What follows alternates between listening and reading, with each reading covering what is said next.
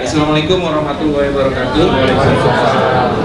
Prof Irfan yang saya hormati, gimana Bapak Ibu hari ini kondisinya? Mudah-mudahan sehat ya, yang mudah-mudahan sehat gitu ya.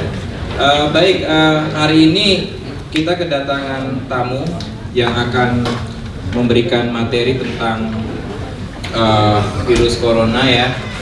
Ibunya kemudian memberikan judul Evidence Based Policy COVID-19 ya, atau SARS-CoV-2 gitu, seperti itu. Jadi senang sekali Ibu Dr. Sidratun Naim, terima kasih atas kesediaannya untuk hadir di kuliah ini gitu Bu. Jadi ini mahasiswa dari dua kelas Bu. Ada kelas studi kebijakan dan pengambilan keputusan ya. Kemudian selain itu juga ada dari kelas tata kelola dan pelembagaan gitu. Jadi ada sekitar 76 mahasiswa kalau saya nggak salah Bu ya. Jadi mereka sangat antusias sekali untuk bisa mendengarkan kuliah dari Ibu Naim gitu. Jadi mungkin sebelum kuliah, karena untuk mempersingkat waktu, mungkin saya perkenalkan Ibu Naim dulu ya. Jadi Ibu Dr. Sidratun Naim menyelesaikan pendidikan doktoral di bidang mikrobiologi lingkungan di Universitas Arizona. Kemudian dilanjutkan dengan postdoktoral di bidang virologi dan imunobiologi di Harvard Medical School. Beliau juga mendapatkan gelar MPA dari Harvard Kennedy School. Dan kemudian beliau saat ini menjadi scientific expert untuk Kementerian Kelautan dan Perikanan sejak 2011 dan membantu BPOM 2018. Pengalaman bekerja baik di sektor swasta, NGO maupun akademik. Beliau menerima penghargaan akademik dan pengabdian tingkat nasional maupun internasional, termasuk dari Menristek dan UNESCO. Jadi insya Allah beliau adalah orang yang mungkin sangat tepat ya untuk bisa membahas tentang COVID-19 ini dari perspektif kebijakan publik. Oke, kita beri waktu untuk Terima kasih banyak Pak Teguh. Mohon izin Prof Irfan. Ini pertama kali saya diundang mengajar kuliah tamu di UIN. Grogi ini ya. Belum pernah soalnya Pak, semua itu kalau pertama kali grogi ya. Tadi judulnya sudah disampaikan ya oleh Pak Teguh. Dari gambar ini mungkin ibu-ibu, bapak-bapak, apa yang sudah dipahami, atau boleh nih tentang filmnya dulu. Siapa yang pernah nonton Our Brain is Crisis? Wah, ini bukan penonton film, ini bukan semua ini. Waduh, ini saya mencari ini nih, sufi nih, para sufi nih yang suka film ini ya.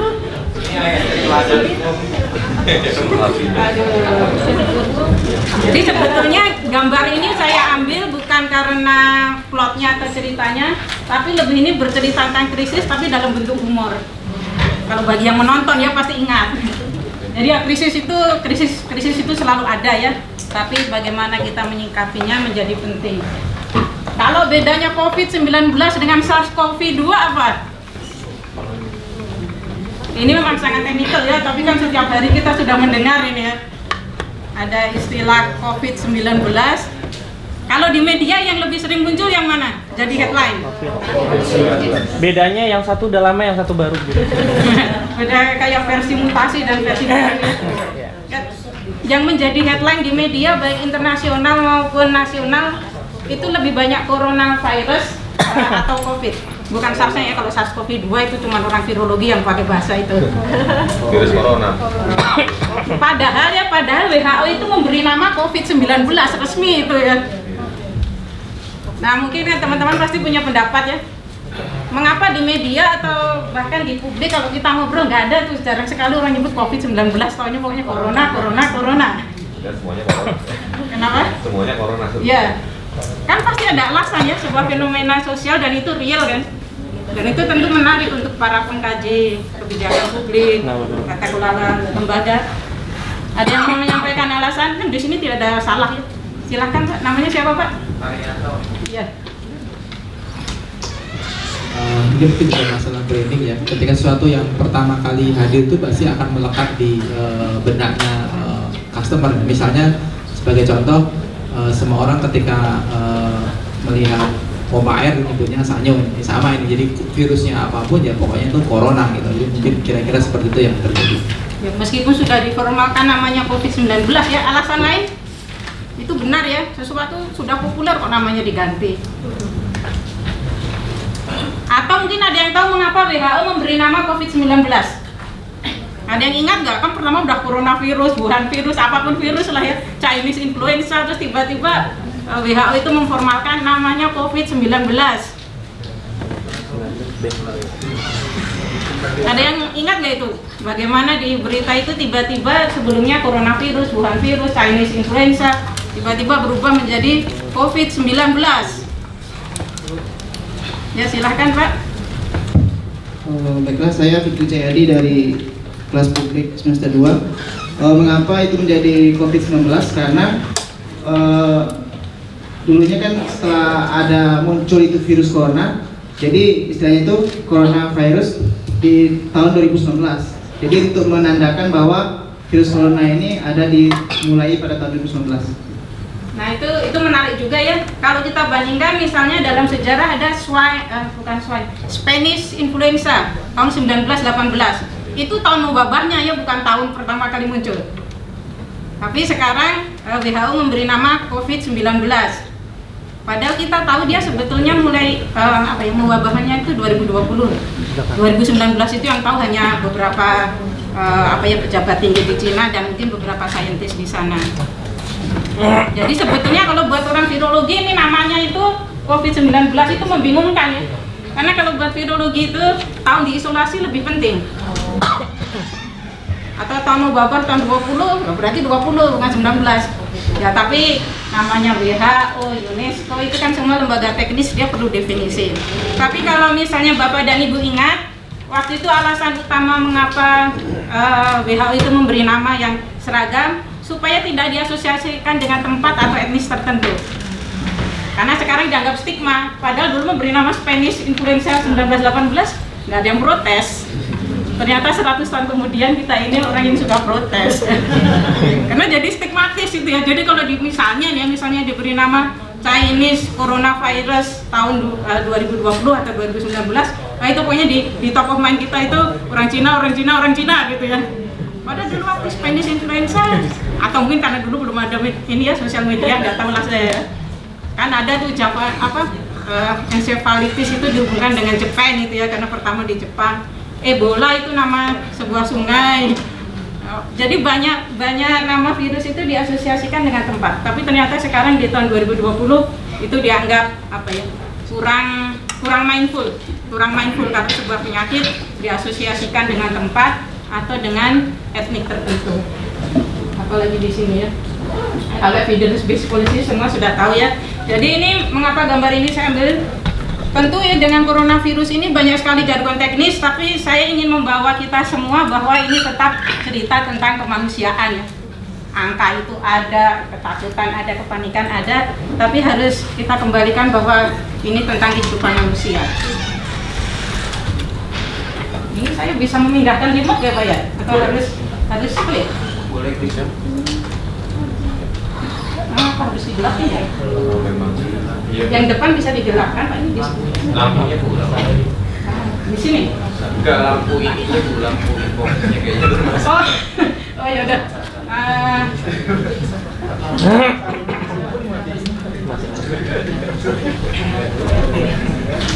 Ya ini semua kisah tentang kemanusiaan ya. Pojok kiri atas ini bayi lahir ternyata lewat placenta, jadi ibunya kena COVID. Jadi COVID-19 itu nama penyakitnya ya. Kalau tadi saya beri nama saya beri nama yang SARS-CoV-2 itu nama virusnya. Jadi kalau misalnya Bapak dan Ibu membaca, kalau coronavirus itu nama publiknya lah ya, nama marketingnya lah. Kan tidak perlu akurat. Kalau di publik itu tidak perlu akurat ya. Yang harus akurat itu kan dokter gitu ya. Dokter nyebut penyakit salah bisa kacau ya. Jadi kalau dokter karena sudah diberi nama harus disiplin. Ini namanya kasus COVID-19. Atau saya belajar virologi, saya akan memberi nama misalnya kasus pertama virusnya adalah SARS-CoV-2 Indonesia 1. Jadi harus disiplin seperti itu. Tapi untuk secara umum, publik secara umum nama penyakitnya COVID-19 ya. Itu jadi kiri paling atas ya, tapi kelahiran bayi kan tetap sebuah kelahiran. Ibunya tentu panik, bayinya pasti nggak panik. Bayi itu punya kepanikan nggak bayi? Kayaknya sih enggak ya, atau nggak tahu lah, kita tidak tahu bahasa bayi itu ya, kecuali film yang ada apa itu baby stock atau apa itu, nyata antar bayi pun bisa berbicara. Jadi kelahiran tetap sesuatu yang disyukuri. Yang kanan atas, jadi suster-suster di Cina dan dokter-dokter di Wuhan itu selama peak itu ya, antara awal Februari sampai tanggal 14, sehari itu kerja sampai 18 jam ya. Dan ternyata kalau maskernya dicopot itu kelihatan ya. Jadi, dan itu kan seperti, karena sekarang zaman sosial media ini kayak terjadi di ruang sebelah kita gitu ya. Kalau dulu itu mungkin Cina itu jauh gitu ya, bicara Eropa itu jauh. Sekarang itu kan kita melihat gambar itu kayak sesuatu terjadi di sebelah kita. Kepanikannya pun kayak seolah-olah terjadi di sebelah kita ya. Nah itu yang bawah itu, ini kan fotonya jadi populer ya waktu Valentine itu ya, ada yang pakai masker itu ya, ada yang pakai masker, yang sebelah kiri, dan yang kanan itu Perdana Menteri Singapura ya, memberi pesan khusus ke medical staff ini, khusus ke para dokter ya, jadi ucapan terima kasih. Nah tanggal 14 Februari juga ada yang penting terjadi di Indonesia terkait dengan coronavirus ini. Ada yang ingat? Pesta dansa ya, pesta dansa, karena sekarang dari 6 kasus yang positif, 5 diantaranya terklaster di sana ya. Satu orang itu apa, Diamond Cruise Empire itu ya, beda empire. Jadi sekarang ada 2 empire ya virusnya, yang satu empire Paloma itu yang Valentine, yang satu lagi yang Diamond Cruise. Jadi kapal pun ternyata bisa jadi empire. Balik. Ini tidak terlalu kelihatan, tapi yang sebelah sini lebih kelihatan ya. Ini kira-kira gambar apa ini? Polusi. Gambar polusi ya. Bayangkan 1 sampai 20 Januari, dan 20 Januari itu ketika presidensi mengumumkan tentang kasus ini ya secara resmi ke seluruh dunia, hanya dalam waktu 20 hari polusinya kayak hilang itu ya. Kalau dari gambar satelit, ya itu bisa hal yang baik, bisa hal yang buruk. Kalau belajar kebijakan publik itu kan option itu selalu banyak ya, tidak pernah ada single option kan ya. Ya ini bagus, setidaknya polusi itu ada istirahat, tapi itu juga memakan korban yang sangat banyak ya. Di sini Beijing sampai nggak kelihatan ya karena ketutup ini. Dan ini pusat epidemi itu kan di Wuhan, di Chongqing. Itu kalau diperhatikan memang artinya ini daerah-daerah yang padat ya, dan daerah industri. Daerah di mana banyak polusi itu daerah di mana buletan virusnya itu besar. Jadi kira-kira kaitannya apa? Mengapa di mana ada industri di situ virusnya mewabah? Jadi di Cina itu yang besar kan memang di sebelah sini tuh gitu ya. Di sini dari Wuhan menyebar, membesar di sini, membesar di sini. Apa kaitannya? Ya karena ini virusnya human to human ya, jadi semakin banyak orang akan semakin mudah tertular. Ini berita tadi malam. Apa komentar teman-teman ini dari kawal COVID-19 ya. Jadi tadi malam atau kemarin selain 2 yang dikonfirmasi di Indonesia, juga ada 2 di Singapura, tapi orang Indonesia. Jadi ini orang Indonesia datang ke Singapura dites positif. Pas di Indonesia tidak sempat dites.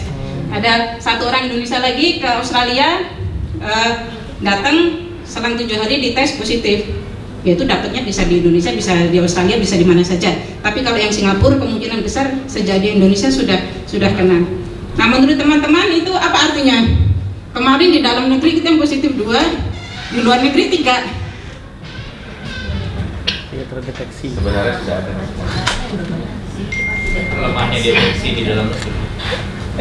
Kelemahan deteksi sebenarnya ada tapi tidak terdeteksi. Coba yang lain kan, kita kalau banyakan itu kadang kita tidak terpikirkan sesuatu yang orang lain itu bisa kepikiran. Karena tidak ada. Jadi kalau yang 2 pertama itu sebenarnya inisiatif dari dalam diri sendiri juga, bahwa mereka melaporkan ada interaksi. Enggak, kalau yang tadi malam itu kan case ketiga keempat itu karena mereka orang Paloma dipantau ya. Iya. Jadi ketika mulai Awal mulanya kan yang 1, 2 itu lapor dulu, Iya. positifnya itu dimulai dari inisiatif pasien. Jangan-jangan sebelum itu mengingat kontak dari 14 Februari sampai tanggal sekian kan harusnya Iya. sudah Iya. banyak. Selain itu, saya perlu pandangan yang kebalikan dari yang pokoknya katanya Indonesia tuh underdetected. Itu tidak salah ya. Itu kan semua make sense. Jadi kalau kok bisa ya ini Indonesia gitu rata ya. Kita sendiri cuma bisa mendeteksi 2, giliran di luar negeri itu kan sangat random itu ya, di bandara dicek cek itu bisa kena 3 lagi. Sebetulnya terkait dengan deteksi juga, tapi kira-kira apa yang terjadi di Indonesia sehingga hanya bisa hari kemarin ya, khusus hari kemarin hanya mendeteksi 2, sedangkan di luar negeri malah mendeteksi 3 orang Indonesia yang baru datang dari Indonesia.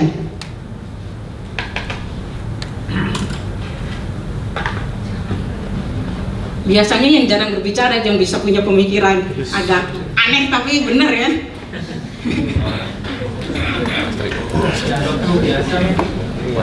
Kenapa dianggap flu biasa? Atau sembuh sendiri gitu ya, kan sebagian. Tapi maksud saya, mengapa di Indonesia itu artinya yang dapatnya itu bisa hanya 2 gitu? Itu artinya yang dites banyak atau sedikit? Karena di Indonesia itu yang dites hanya yang sudah suspek gitu kan, sudah suspek terus yang mulai terlihat gejala. Kalau di Singapura, di Australia itu semua Paloma Empire, semua Diamond Empire itu akan di satu-satu ya, sehingga kemungkinan terdetek lebih awal lebih tinggi. Artinya itu aman nggak itu sebuah policy sebuah kebijakan yang benar? Atau harusnya diimprove atau bagaimana? Karena ini kan sekarang happening gitu. Jadi itu semua concern saya, concern ibu bapak semua. Atau ya begitu dulu aja, kecuali nanti kalau beneran banyak kita baru serius gitu ya. Kan ada yang berprediksi begitu. Sebenarnya kalau prediksinya itu benar sih, ya itu sebuah keajaiban dunia gitu ya. Jadi saya memprediksi ini akan baik-baik saja dan nanti beneran baik-baik saja ya. Probability-nya seperti apa probability-nya? Jadi siapa yang berpendapat bahwa ini itu artinya itu akan sangat mewabah di Indonesia? Siapa yang membayangkan di Indonesia itu akan seperti Italia gitu?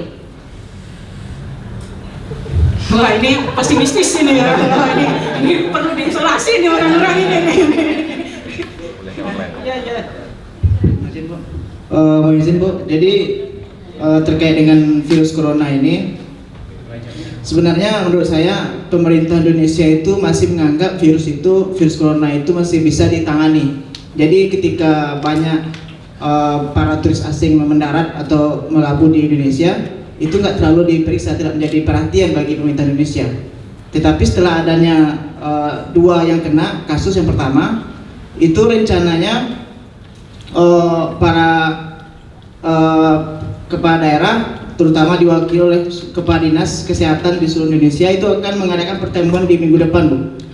Mengadakan pertemuan di minggu depan dengan beberapa pemangku kepentingan, kemudian juga dengan Kementerian Kesehatan. Jadi nantinya akan dikoordinasikan langkah-langkah apa saja yang akan diambil untuk mendeteksi dan mencegah bagaimana masyarakat itu baik di pusat maupun di daerah-daerah agar mereka tidak terkena virus corona. Jadi akan diambil langkah-langkah terutama menyediakan sanitizer sama masker yang akan langkah awal yang akan dilakukan. Jadi mungkin karena ini terjadi karena mungkin dulunya pemerintah Indonesia optimis bahwa virus corona itu bisa ditangani karena masih banyak penyakit Indonesia yang menjadi tidak perhatian bagi pemerintah Indonesia. Mungkin itu sekian. Ya, terima kasih. Itu ada 2 poin menarik. Yang pertama, penyakit menular di Indonesia itu banyak ya. Khususnya beban yang tertinggi itu TBC, demam berdarah. Itu penyakit menular tahunan itu ya. Kemudian yang kedua, kepala daerah akan rapat minggu depan. Virus itu, dan itu bisa ada kemungkinan diundur juga kan ya. Virusnya itu setiap saat sudah bergerak, berkembang, berpikir. Jadi kalau kita ini, nah gimana itu? Pace-nya sama nggak ya? Virusnya menyerang minggu depan. Gimana? Silakan.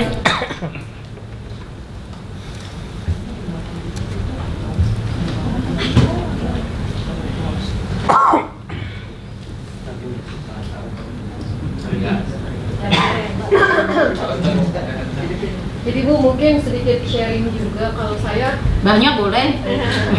kalau saya melihat di sini pemerintah seolah-olah menutupi semuanya kepada publik atau kepada masyarakatnya, dan saat pun terjadi akhirnya pemerintah jujur itu lebih kepada karena tekanan dari luar, seperti kita sudah dilarang oleh Arab Saudi, kemudian Amerika juga dan yang lainnya, barulah pemerintah di situ serta-merta mengumumkan. Nah, saya nggak tahu di sini dalam kebijakan apakah memang itu salah satu tools kebijakan membohongi publik, itu salah satu kebijakan juga pemerintah. Kemudian yang kedua arahnya. Jadi mengantisipasi ini lebih kepada bukannya menekan bagaimana penyebarannya tidak makin masif, tapi lebih kepada esensinya malah dialihkan ke investasi. Libur sekarang direvisi supaya orang-orang lebih banyak berlibur dan yang lainnya. Saya nggak tahu di situ. Nggak jadi libur bersama yang panjang kan itu ya. Malah direvisinya malah jadi nggak asik gitu ya. Ya, jadi kurang asik gitu. Seperti pariwisata dan yang lainnya. Sementara kalau Wuhan beda, mungkin Singapura yang terdekat dengan kita juga antisipasinya juga berbeda dengan cara kita justru lebih ke fokus peningkatan investasi di tengah kepanikan yang lain gitu. Nah itu yang pertama. Terus yang kedua, secara medik seringkali bagaimana pemerintah meyakinkan masyarakat di pemberitaan di yang lainnya bahwa pengujian itu sudah dilakukan, apa yang teknologi kita juga sudah sangat komprehensif dan yang lainnya, tidak ada bedanya dengan yang lain gitu. Tapi yang memang kita sedikit ditemukannya. Nah itulah yang akhirnya di masyarakat sendiri informasi itu tidak utuh gitu ya, karena saya nggak tahu seberapa kong kali kong antara media dengan pemerintah dan pembuat kebijakan. Ya. Saya bukan jubir pemerintah ya, tapi yaitu kalau kebijakan publik kita harus banyak exercise. Apakah pendapat saya itu sudah benar? Apakah saya sudah mengconsider spektrum terkiri sampai terkanan? Yang pertama tadi kan ada statement pemerintah itu sepertinya menutupi dan akhirnya baru mengumumkan setelah misalnya ada larangan umroh, larangan dari beberapa negara, dan mulai banyak dubes yang menurut saya usil juga sih itu ya. Maksudnya dalam etika diplomasi misalnya meragukan ini Indonesia itu sebenarnya sudah ini atau belum. Itu harusnya mereka pakai cara lain kayak biar media yang bicara atau apa itu ya. Itu kan bisa. Bukan dubesnya gitu. Jangan dubesnya yang bicara, itu kan merusak hubungan dua negara. Tetapi pemerintah itu mengumumkan positif pada tanggal 2 Maret karena memang positifnya baru hari itu. Sebelumnya kan belum ada kasus positif. Jadi dalam hal positif atau tidak, pemerintah tidak berbohong ya. Data positif atau tidak itu tidak mungkin dikarang.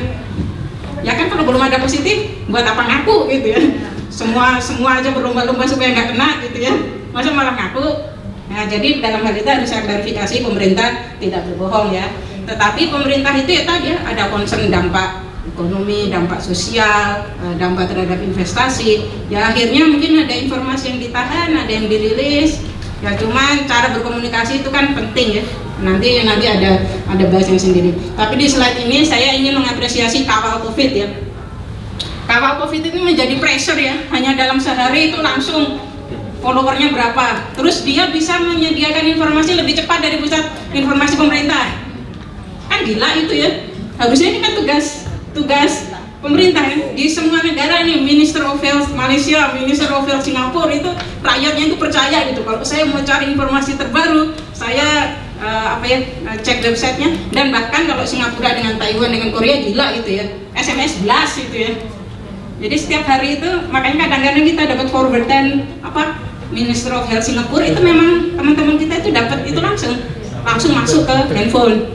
Ya kan kalau Menkominfo kan punya data register nomor itu ya, jadi di blast gitu. Ya tentu saja itu mahal ya, ada biayanya, tapi untuk saat seperti ini memang itu penting. Dan ini kawal COVID itu tentu menjadi pressure tersendiri. Ini yang mengumumkan pertama malah kawal COVID ya, bahwa ada ya selain media ya, bahwa ada tiga orang Indonesia di luar negeri tadi malam terdeteksi positif. Jadi ini sebuah crowdsourcing yang sangat luar biasa. Jadi sekarang kadang-kadang structure itu menjadi tidak jelas ya. Kalau dulu namanya kelembagaan kepemerintahan itu ya terpusat gitu, nggak mungkin itu publik itu berinisiatif terlalu jauh. Tapi sekarang itu mungkin. Itu menunjukkan apa? Kenapa publik itu sampai artinya apa yang mengambil inisiatifnya itu terlalu jauh? Kurang informasi. Ya berarti itu ada distrust ya di situ ya. Ya cuma enaknya jadi orang Indonesia itu kita kan bukan tipikal yang apa ya, yang terlalu apa ya namanya gimana ya? Maksudnya itu yang terlalu sinis atau gimana? Ya kalau kita tidak bisa mengharapkan seseorang mengerjakan sesuatu ya sudah kita yang kerjakan. Kan terus cuma gitu. Sama kayak kalau kita kerja kelompok nih, harusnya berempat ngerjain. Ada dua yang nggak ngerjain ya akhirnya dua itu ya yang harus menanggung beban semua. Kalau di Amerika itu nggak akan terjadi itu. Jadi tiap orang dapat porsi, ada satu orang nggak mengerjakan porsi, udah berarti porsi dia nggak akan dapat nilai itu ya. Bodo amat nggak akan ada yang mau mengcover apa ya pekerjaannya. Jadi ini menunjukkan sebuah peran publik yang sangat luar biasa. Ini kurang, saya masangnya terlalu mepet ya. Jadi ini pesan yang saya terima langsung dari teman saya. Apa komentar teman-teman tentang yang atas dulu?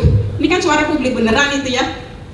Ini jadi dia cerita ini, Mbak saya lagi develop plan, termasuk ke Penang kalau amit-amit naudzubillah keluarga kena sesak nafas. Apa perlu jalan buat ke Singapura atau Penang kalau kapasitas rumah sakit di Jakarta itu menjadi overwhelmed gitu ya, seperti Wuhan waktu di bulan Januari. Ada komentar ini tentang ini yang teratas.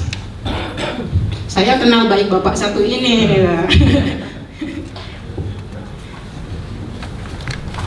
Ada yang mau komentar? Ada yang mindsetnya seperti ini di ruangan ini, ada yang mindsetnya seperti teman saya yang atas.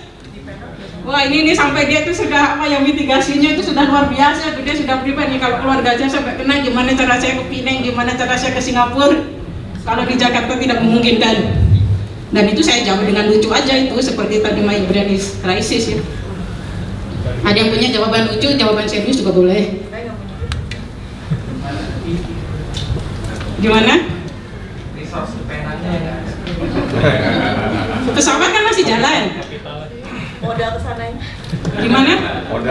Nah ini kebetulan orang kaya ini, jadi dia mau ke Penang bolak-balik dalam sehari pun bisa itu ya, bawa 100 orang juga sanggup dia. Makanya sampai berpikirnya itu level seperti itu ya. Saya nggak tahu tapi apa bukannya di Penang juga sama-sama terjangkit. Di Malaysia juga. Ya, ini maksudnya lebih ke kapasitas rumah sakitnya. Poin dia itu dia ingin bawa ke rumah sakit di sana kalau kapasitas rumah sakitnya itu memungkinkan. Sedangkan di Jakarta, misal ini udah penuh gitu ya. Kalau Jakarta rasanya sih, kalau Jakarta rasanya enggak, kecuali kota-kota lain. Karena di Jakarta rumah sakit itu terlalu banyak. Nah, tapi bed beda ya. Iya, jumlah bed di sini sebenarnya. Nah, tapi coronavirus kan butuh isolasi. Dia tidak bisa di ini biasa. Tidak bisa di ini biasa ya. Sekarang kayak rumah sakit Siloam memutuskan yang suspek corona itu ditaruhnya di tenda ya, di luar. Ya gimana? Tidak ada opsi lain. Jadi dibuatkan tenda tapi yang layak, yang bagus di luar ya. Ini belum ada yang ketemu jawaban lucu. Silahkan. Kalau dia kaya, mendingan dia bikin rumah sakit aja. Jadi kayak Cina tuh ya bikin dua rumah sakit dalam 10 hari. Setelah ternyata nggak dibutuhkan lagi, didemolis lagi. Itu keajaiban dunia juga itu. Jadi ini kita beruntung ini menyaksikan banyak keajaiban dunia ya di masa waktu hidup kita ini. Bangunan bisa cepet banget tuh tiba-tiba nggak dipakai, didemolis lagi. Ini saya jawabnya lucu aja. Nah kalau kamu mau ke Singapura sama Penang, masuk bandaranya itu udah nggak boleh itu ya. Udah dipulangin dia ini. Kalau menunjukkan orangnya talent nanti wah kamu stranded, nggak jelas itu. Pulang nggak bisa ke sini. Ini maksudnya jadi harus pulang lagi atau stranded di situ lah. Itu maksud saya itu ya bolehlah berimajinasi itu, tapi jangan sampai diturunkan jadi plan gitu ya, karena itu mempengaruhi mindset. Nah kalau yang kedua apa ini ya? Ini hampir sama sih, padahal ini dua orang yang berbeda. Tapi teman saya yang ketiga itu kerjanya memang di bandara itu ya. Begitu ada yang positif dia nanya, jadi artinya harus gimana? Karena aku punya anak buah nih yang tugasnya itu tiap hari misalnya beresin pesawat, beresin alat makan, dan kadang-kadang di info misalnya ada suspek gitu ya, waktu penerbangan jam sekian. Nah, itu saya agak bingung juga itu waktu ditanya itu. Saya bilang, nah itu bukan kapasitas saya, itu harusnya ada lah ya kalau ini di tempat kerja segala macam. Saya bukan ahli K3, saya tahu tentang virusnya, tapi kalau tentang K3 kan beda. Ya akhirnya saya bantu tapi terbatas. Terus saya bilang ke dia, coba konsul ke atasannya atau kemana lah. Karena itu penting ya. Dan ini sebenarnya kita berhutang juga ya, berhutang besar kepada saudara-saudara kita yang kerja di garda terdepan ya, khususnya di bandara, di pelabuhan. Itu kan mereka sebenarnya hidupnya tiap hari dalam risiko itu, mungkin deg-degan juga gitu ya. Ya tapi itulah selalu ada, pokoknya orang Indonesia mah pemberani lah. Kan nggak ada tuh yang minta cuti bukan takut terinfeksi corona gitu ya. Ini ada in-class activity itu sebenarnya saya rencanakan Jadi kami kalau di Kennedy School itu untuk kelas Leadership Decision Science ya, kan ada beberapa profesor. Salah satu profesor itu mengajak tidak pernah berbicara ya di awal. Jadi beliau biarkan aja itu kelas itu jadinya apa hari itu gitu ya, selama 50 menit. Beliau intervensi pada saat dibutuhkan aja. Tapi dikasih tema, misalnya hari ini temanya tentang social construction, tentang gender interaction kayak gitu ya, tentang ethnicity, tentang identities. Jadi orang itu dibiarkan berbicara, dibiarkan ribut juga sesama kami. Ya kalau dulu kelas saya itu 112 orang dari 60 negara itu. Ya karena setengahnya orang Amerika ya. Terus misalnya itu ada satu orang dari mana. Sebenarnya itu exercise yang menarik. Nah saya nggak tahu, mungkin ini akan saya coba ya sekitar 15-20 menit. Saya tidak akan berbicara, terserah silahkan itu ya, saling sambung menyambung tentang coronavirus. Boleh curhat tentang perasaan saat ini, boleh sharing yang informasi yang menurut Anda penting, dan nanti akan saya lihat itu directionnya kemana. Ini itu jam di situ 19.26 ya, sampai 19.40 lah. Dan itu siapa yang memulai kadang-kadang menentukan apakah arahnya jadi smooth atau arahnya jadi ribut gitu ya.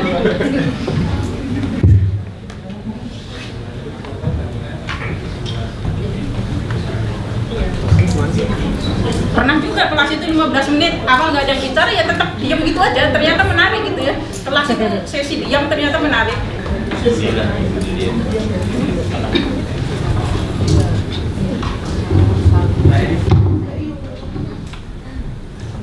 Jadi bicaranya ke teman-temannya ya, ditujukan ke teman sekelas.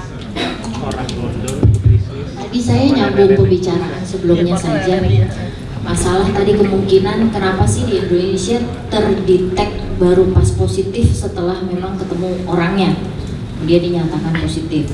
Secara fisik saja dari jumlah penduduk Indonesia yang sekian banyak, kita juga punya penduduk yang jauh lebih banyak daripada negara-negara seperti Singapura.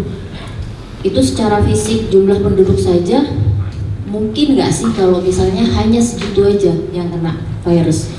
Mungkin di belahan mana itu pasti ada, cuman orang-orang kemungkinannya menganggap itu hanya flu biasa, yang pertama. Kedua, Indonesia ini memang tadi betul sangat percaya diri secara psikis sangat percaya diri karena kita memang dari dulu memang tergantung pada sumber daya alam yang sangat kaya dan selalu dimanjakan dengan sumber daya alam yang ada.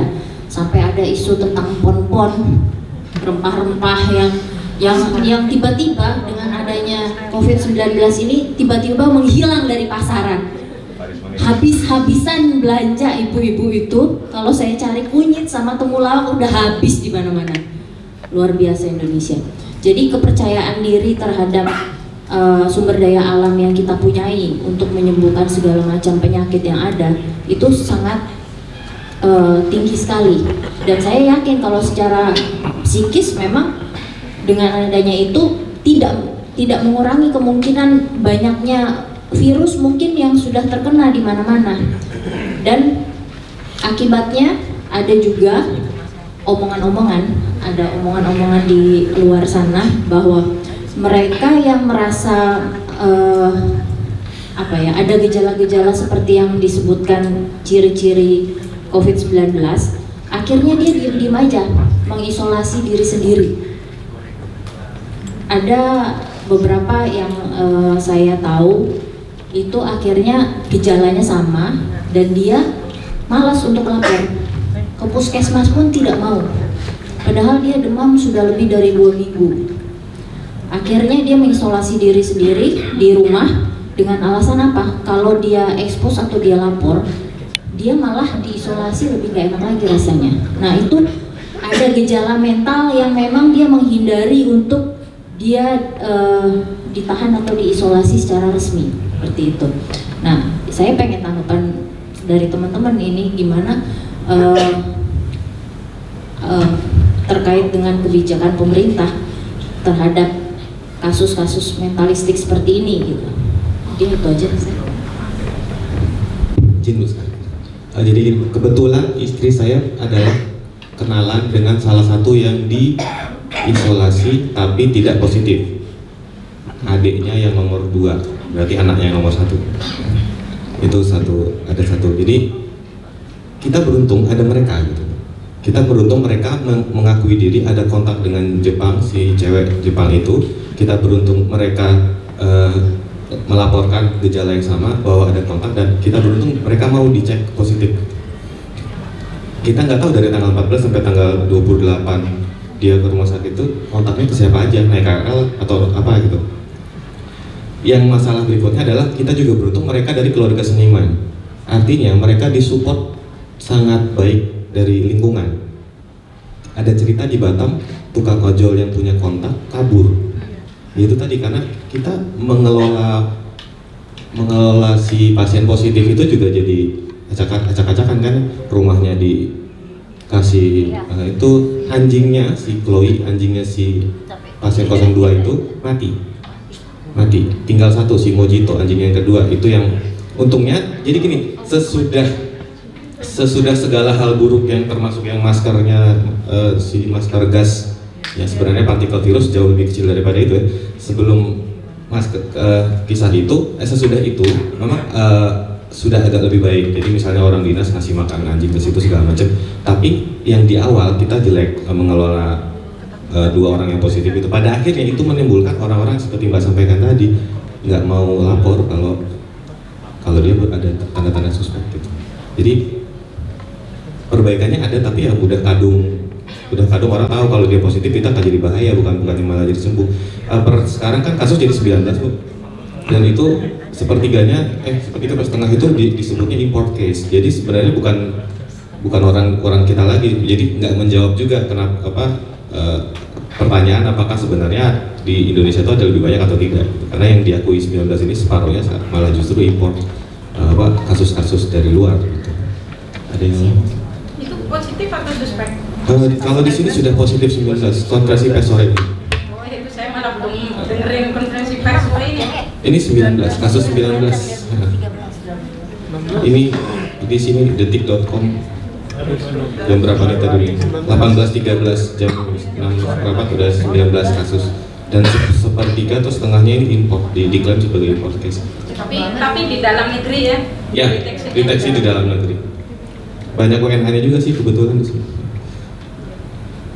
Terima kasih, itu saya belum update ya, tadi dari jam 3 saya belum cek berita ya. Baik, menambahkan lagi terkait dengan isu tadi mentalitas Mbak. Saya rasa bukan sekedar mentalitas, tapi juga dia orang-orang ini, apalagi seperti yang ojol tadi sampaikan, saya rasa dia akan berpikir sangat panjang. Karena ketika dilakukan isolasi dan dia menjadi tulang punggung keluarga, bagaimana perekonomian keluarga itu sendiri, itu kan menjadi satu ranah sendiri. Dan apakah pemerintah mengcover biaya selama dia tidak bekerja selama masa inkubasi itu, jadi selama 1 bulan misalkan. Karena ada isu yang beredar juga kalau di Wuhan posisinya ada orang-orang yang sudah sehat, tetapi ketika dia mendapatkan virus itu kembali, itu langsung meninggal dunia gitu. Dan itu ada isu yang terjadi yang berbeda gitu. Nah saya rasa isu-isu yang ini yang belum diklarifikasi oleh pemerintah sendiri, baik di level pusat ataupun daerah-daerah juga. Itu menjadi satu isu yang harus kita sikapi ya rasanya gitu. Silakan jika ditambahkan lagi.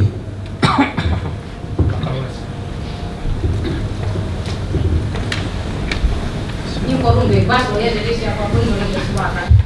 Mungkin terkait dengan yang diutarakan oleh Mbak Diri yang pertama, mungkin juga terkait dengan budaya dari masyarakat Indonesia juga mungkin Bu. Pertama, kalau misalnya kita lihat pas awal-awal ada berita penyebaran virus corona, kemudian juga mungkin pemerintah juga sedikit menggampangkan dalam tanda kutip, kemudian muncul meme yang nyatakan bahwa di Indonesia orang udah biasa sakit, kena flu biasa, kalau di luar negeri udah parah kita masih bisa hihi, atau kita udah biasa makan jorok dari kecil, sehingga akhirnya itu mungkin menimbulkan mentalitas yang akhirnya orang juga menjadi self-awareness-nya menjadi lebih rendah gitu, jadi tidak waspada. Dan juga akhirnya ketika misalnya mereka tidak bisa mendeteksi diri sendiri apakah mereka ada potensi terkena atau tidak. Kemudian juga kalau terkait dengan isolasi tadi sebenarnya sama, mungkin lebih dikaitkan dengan ada nggak sih jaminan dari pemerintah bahwa tadi kehidupan mereka selama di isolasi ini akan terjamin. Berarti kalau misalnya seperti kami misalnya mahasiswa, kalau misalnya kita di isolasi, apakah nanti nilai kami selama tidak kuliah bisa terjamin atau tidak misalnya. Jadi mungkin itu yang menyebabkan beberapa masyarakat atau misalnya orang yang kemudian mereka enggan memeriksakan diri, atau mereka juga merasa tadi misalnya ojol, ada yang kabur, tidak mau diisolasi dan sebagainya. Jadi mungkin yang lebih baik adalah pemerintah juga harusnya bisa memberikan kejelasan, kemudian juga memberikan jaminan bahwa ketika Anda nanti diisolasi ataupun Anda terkena dampak, nanti biayanya bagaimana, pengobatannya bagaimana, apakah ditunjang semua pemerintah atau tidak, itu yang sebenarnya sampai sekarang masih simpang siur. Seperti itu.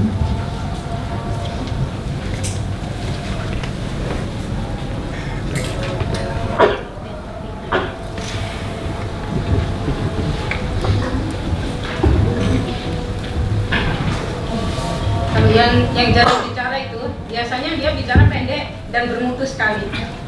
Biasanya, kadang tidak biasa juga.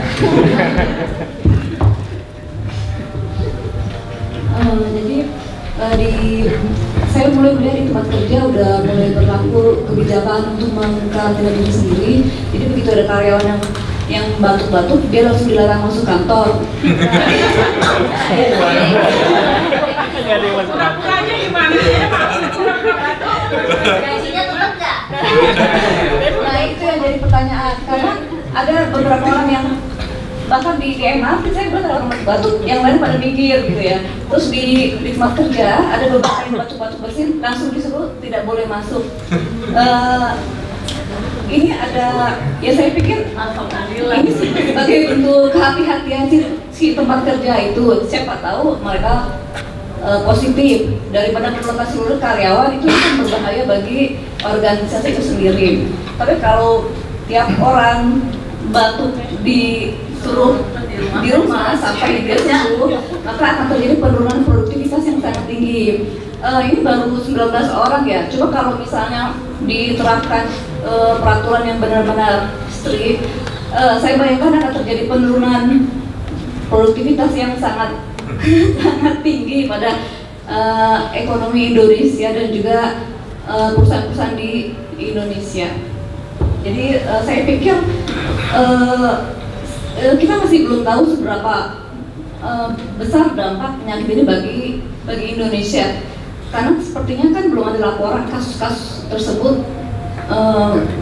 Perkembangannya seperti apa yang dua positif itu? Apakah kalau di berita kan dibilangnya mereka baik-baik saja. Kalau baik-baik saja, orang jadi berpikir ya kalau gitu untuk apa dikarantina, nanti juga sembuh sendiri seperti pilek yang lain.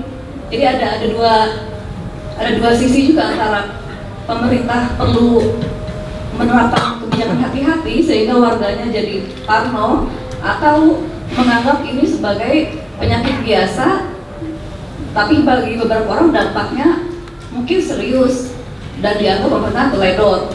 Jadi mungkin ada dua sisi yang saya lihat sih, antara menjaga roda perekonomian atau bersikap berhati-hati seperti tuntutan dunia luar. Itu kalau batuk disuruh di rumah itu tetap dikasih kerjaan yang bisa dikerjakan dari rumah atau full istirahat? Nah itu yang masih menjadi pertanyaan. Jadi ada apakah itu dianggap work from home atau cuti sakit? Ini masih menjadi apa? Suatu kasus yang dilihat lagi sampai sejauh ini yang baru mungkin seminggu selesai masuk kantor, tapi jadi gantian. Itu tuh bisa mengubah tren. Ada teman saya, jadi pas dia hamil gitu kan tetap kerja dari rumah dan ternyata produktivitasnya tidak turun ya. Setelah itu dia jadi sering kerja dari rumah, dibolehin sama bosnya karena ternyata bisa ada jenis pekerjaan itu ya seminggu datang sehari atau 2 hari lah untuk meeting atau apa, sisanya dia kerjakan dari rumah aja sekarang. Padahal dulunya nggak pernah kepikiran itu, jadi kepikiran aku waktu hamil juga aku tetap kerja. Ya silakan. Kok perasaan saya kenal juga ya, pernah bertemu di mana ya? Nah tolong dijelaskan Ibu, saya kalau tes tidak lupa.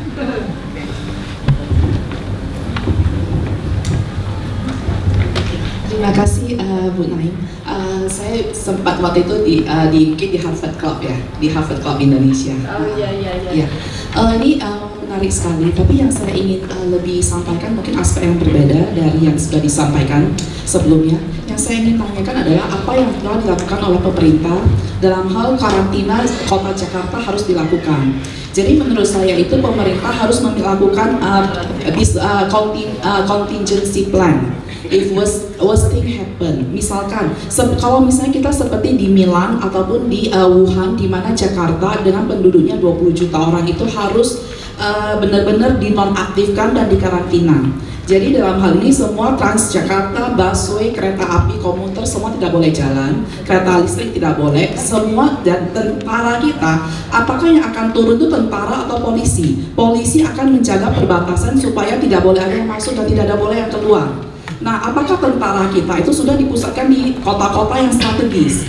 Dan yang kedua, untuk mencegah anarkis, orang merampok, looting di mall-mall ataupun masuk ke rumah sakit menjarah obat-obatan, apa yang sudah dilakukan pemerintah untuk menjaga industri strategis vital kita seperti internet connection? Berarti itu semua satelit PT Telkom itu harus ditambah pengamanannya. Tentara atau polisi sudah harus mulai lakukan sekarang ini. Tentang air bersih itu semua sudah harus. Lalu suplai yang tempat persenjataan itu juga sudah harus. Karena kita harus bersiap-siap kalau misalnya negara menjadi anarkis dan kemudian orang-orang itu tentara harus turun. Nah, saya belum melihat ini. Karena terus terang kalau misalnya penduduk masuk ke rumah sakit, terus terang Bu, rumah sakit itu dokter-dokter yang senior juga nggak tahu mau melakukan apa.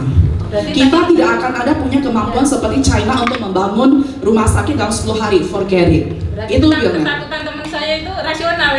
Benar, karena sebenarnya it should be a contingency plan. Nah, contingency plan itu selalu harus ada. Dan kemudian untuk menjalankan suatu negara, maka itu pemerintah, presiden, wakil presiden itu harus diletakkan. Kalau misalnya contingency, di Jakarta itu alternatifnya di kota mana? Apakah daerah itu punya di survei dan semuanya itu harusnya sudah ada satu tempat di mana pusat pemerintahan akan terus berjalan, walaupun dari remote area. Nah, ini menurut saya kita masih belum terlalu ini ya, karena terus terang dunia itu selalu akan ada penduduk yang mati. It is happening. Dulu wabah supaya penduduk dunia tidak bertambah semakin banyak. Ada perang dunia kedua, perang dunia pertama itu penduduk banyak meninggal. Zaman Nazi juga banyak meninggal. Waktu kesehatan, waktu ada penyakit pers ya, tahun 8 abad pertengahan juga penduduk akan mati. Jadi this kind of thing always cycle happen. Itu orang mati itu adalah umum. Tapi bagaimana kita ada sisa yang akan survive? Itu yang belum pernah mungkin pemerintahan kita membayangkan hal itu dan mengantisipasi bagaimana ini bisa terjadi. Terima kasih. Udah 1943, saya perlu satu komentar lagi, sebenarnya lebih informasi ya, ini kan saya belum terinform ini kasus 6-19, coba tolong disamerikan, jadi berarti ini saya harus mengejas ini ya, ternyata ada knowledge baru yang penting dan saya belum terinformasi.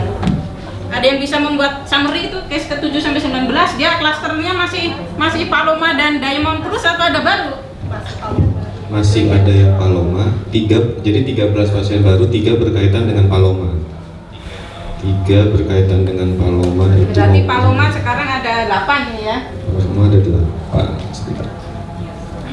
Hari ini disampaikan 7 sampai 19 kasus 7 impor, kasus 8 terkait kasus 7, kasus 9 tidak terkait klaster manapun, kasus 10 terkait kasus 1. Terus kasus sebentar sedang loading.